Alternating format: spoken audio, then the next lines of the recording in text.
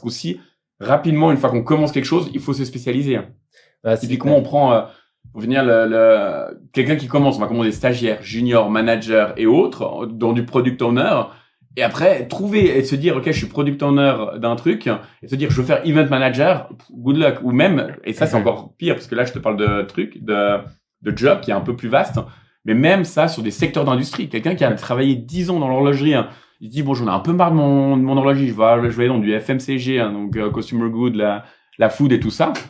Compliqué, Ouais. Et il va devoir repartir de tout en bas, alors que là, ça faisait 10 ans, et que en 10 ans, il a quand même bien monté. Et je pense qu'il y a aussi un de ces trucs qui appuient les boîtes, aussi les sociétés, se dire, OK, on va le faire monter, pas trop lui en donner, mais juste assez pour qu'il reste.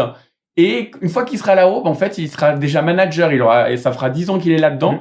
Et t'as un peu le syndrome de la file d'attente. Tu sais, quand t'as fait, quand ça fait une demi-heure que t'attends dans cette file d'attente, tu vas pas sortir. Même si à côté c'est plus rapide et ça va te plaire, mais ça veut dire tellement longtemps que t'attends qu'au final t'y restes. Et puis t'as aussi un confort. Ce genre de truc. T'as aussi le confort financier. C'est que de sortir d'un job, en effet, ça fait 10 ans que t'y es, donc t'es au moins dans la trentaine, et de repartir avec alors, en soi, ça se fait, mais si t'as construit une vie de famille autour.